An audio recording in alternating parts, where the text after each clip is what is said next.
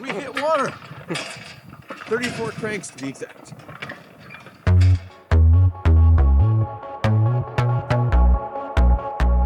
Lakerage.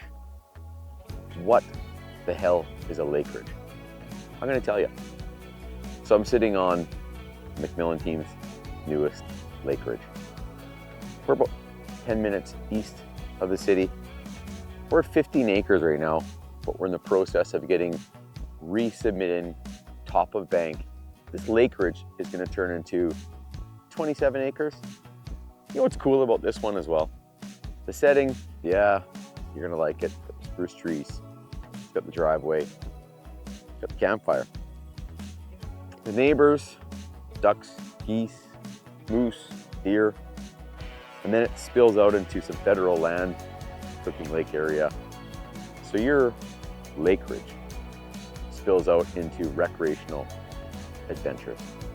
The ultimate building site and one of the coolest, prettiest settings that I've seen in quite some time. Scott MacMillan, MacMillan team, give us a call for your own private tour.